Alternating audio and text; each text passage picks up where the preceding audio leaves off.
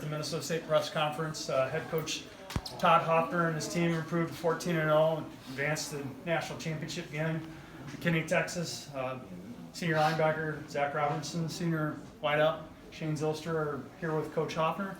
And we'll start it with opening statement and then open it up for questions from the media. Appreciate it. Thanks, Kevin. What a great day for Minnesota State, right? And the whole Maverick Nation. I thought our players played really hard. I thought Slippery Rock did a really nice job. It was a very competitive game. The game was 8-8 at one point in time, then 15-8. And then we got the win in the second quarter, which I think was a really big deal. We started to gain some favorable field position, and then we had some big-time plays being made by both of these guys, not only in the second quarter, but all throughout the game. Proud of every one of our players. They all got an opportunity to play today, which is pretty special when you're on the road against a very, very good football team. But couldn't be happier. This is the second time we've been to the national championship game. 2014 was the first time we were unsuccessful, and we're going to savor the flavor today and enjoy this victory over a very good Slippery Rock team. And hats off to their program for doing such a great job throughout the year. Any questions for player or the coaches? Coach, you guys pressured Roland Rivers quite a bit. What did you guys see on film when breaking him down in the offensive line? And I guess what do you think worked best?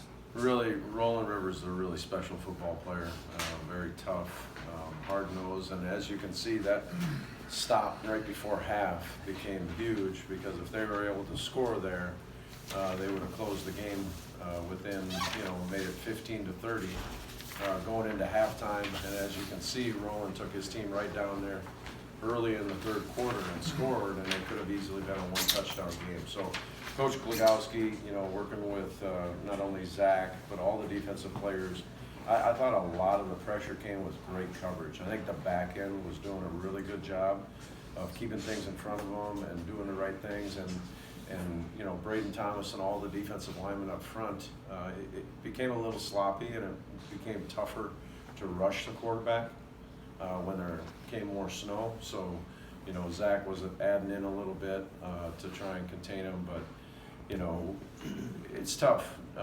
protecting and against some really gifted and talented football players up front. But I thought his athleticism and his scrambling ability was very impressive, and he did a nice job. But seeing stuff on film, we just knew he was a great football player, and we had to play a really good football game to be successful. Coach, you allowed Citrox skilled players virtually no space. Was that due to the quickness of your linebacker, your secondary? Can you address that a little bit? Yeah, were you talking about the run game? Yeah, the run game as well as the short passing game. So Sure. I'd like to hit the guys in space. You were allowing good space. Yeah, I think a lot of the coverage was, close coverage, a lot of man-to-man, and I think our guys hung with Slippery Rock's receivers, who are also very gifted and talented. We build our program on speed, and that includes our back end, our defensive line, everybody on our football team. We do a lot of testing of players when we recruit them, and so we're built on speed, strength, size, power, and some of those things show true today. And I thought Zach did a really good job with the defensive line and finding his fits on the run game. We had a ton of negative plays that Slippery Rock was forced into because our defensive line put a dent in the offensive line, and it allows guys like Zach to clean up the game. Zach, they scored at least 31 points in every game, put up, I think, 65 last week. So how did it feel to come in here today and kind of shut down that offense and go on to a championship? Yeah, it felt really good. I mean, obviously we knew going in that I think they're the number one offense in the whole country, so we wanted to go out and make a statement and prove that we could play with an offense like that, and so I think we made a statement today. But it felt really good. I think everyone played really hard. And that quarterback's really talented. He's a special player. Shane, what can you tell us about how the offense attacked their defense? It seemed like this week, as opposed to last week's offensive game plan, there was more of an effort to stretch, especially the sidelines with the passing game, and you had a lot of success there. Yep, we knew we were going to get cover one, and they have a very talented corner, number 7, and number 15 as well. But they started packing the box early, and we knew that we'd be able to take a few shots on the outside. So that was, a little adjustment we made, and it just worked. So we just kept rolling with it.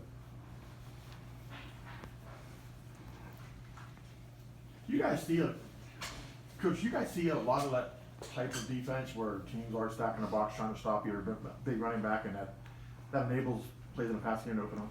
It has been the method of madness lately. Texas A&M Commerce last week packed the box and lined up their gifted and talented receivers, or not receivers, their corners on our receivers.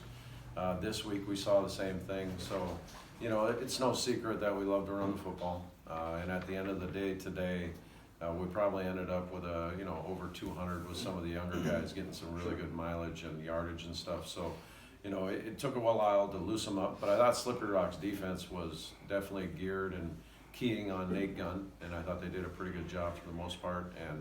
But Joe Bashauner, started mixing things up. He got Shane open a couple of times without Ryan threw the ball well.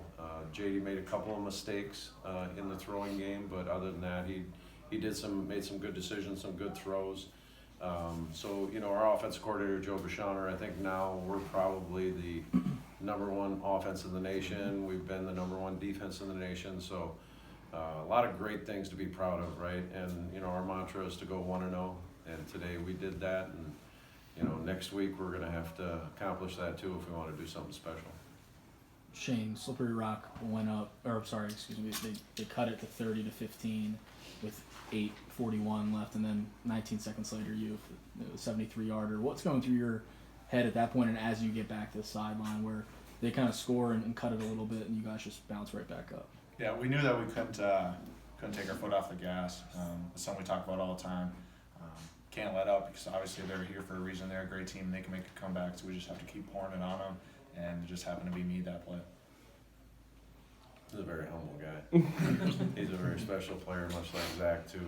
We've got a lot of really special guys, and it'll be a sad day after next Saturday if we don't get to play any more football with these guys. But we're gonna live it up. We're gonna give it our best shot. We're gonna put these guys in position to make plays, and you can't do it without great coaches doing what they do for MSU. And I appreciate our whole staff and every player on our football team.